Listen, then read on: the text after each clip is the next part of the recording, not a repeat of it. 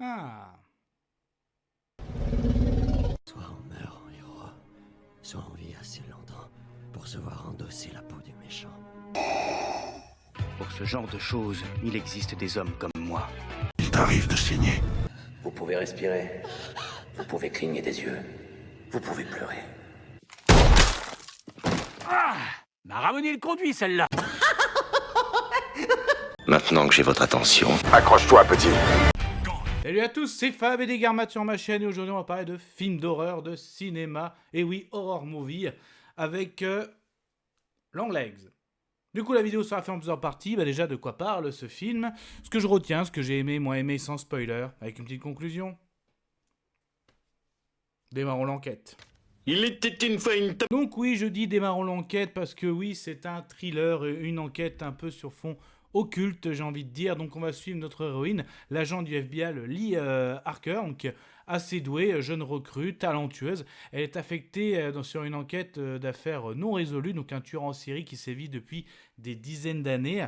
Et on va dire son mode opératoire est assez particulier parce qu'en fait, il arrive à convaincre les pères de famille de tuer leur propre famille et après de se donner la mort. Donc c'est pour ça qu'il ne trouve pas d'effraction, pas d'ADN. Et en gros, la conclusion, le mode opératoire serait que effectivement, il y aurait de la manipulation. Donc c'est pour ça que vous allez voir qu'il y a un petit fond occulte. Elle va même se rendre compte qu'il y a un très grand secret et un lien justement par rapport à ce tueur. Voilà.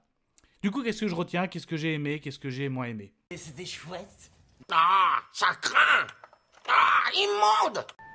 Je t'aime plus que 3 fois 1000.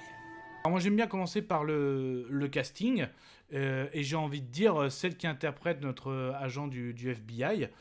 Il n'y a rien à dire, franchement, personnage très attachant. Donc Maïka Monroe, t'es avec, t'es dedans. D'ailleurs, quand je dis t'es avec, t'es dedans dans l'enquête, c'est filmé c'est assez glauque. Dès le début, on comprend vite que le film commence avec il s'est passé quelque chose il y a quelques années. Donc tu vois, c'est filmé de façon très très réduite. Et dès qu'on revoit après dans le film des flashbacks, pareil, l'écran se réduit, pardon. Et elle après, et même comment c'est filmé, t'es presque à un moment comme dans un documentaire du FBI. Des fois, t'as l'impression que la caméra, elle est juste posée sur la table ou juste sur un fauteuil. Et même des fois, quand ils arrivent à capturer un soi-disant suspect, on les voit filmer comme dans les reportages et tout. Donc, t'es vraiment en immersion dedans. Sinon, l'autre, Nicolas Cage, franchement, si on m'avait pas dit qu'il était dedans, il est méconnaissable. Donc, oui, c'est lui qui fait le rôle de Longlegs. Donc, Longlegs, c'est lui, ce tueur en série. Donc, on retrouve aussi des références, notamment il utilise des codes qu'elle va trouver assez facilement, c'est pour ça qu'on dit qu'elle est talentueuse.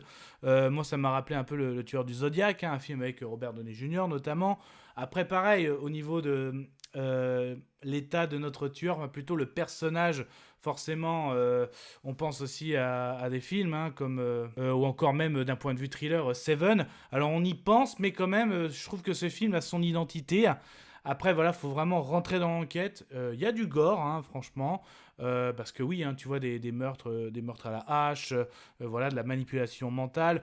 Aussi, la santé mentale de notre enquêtrice va vraiment être mise à rude épreuve par rapport aux révélations, l'enquête en elle-même, la confrontation avec ce tueur, ses révélations aussi. Son train de vie. Donc après, il faut vraiment rentrer dedans. Donc c'est 1h40.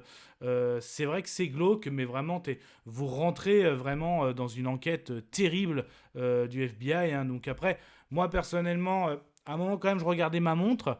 Après, voilà, je retiens... voilà, il y a des idées. La prestation des acteurs est très bonne. Après, voilà, pour moi, c'est quand même derrière les films que j'ai pu citer, Seven et autres. C'est encore derrière quand même. Après, peut-être que je ne suis pas rentré aussi dans ce délire, mais quand même, il a quelque chose. Il y a un petit truc. Voilà. Conclusion ?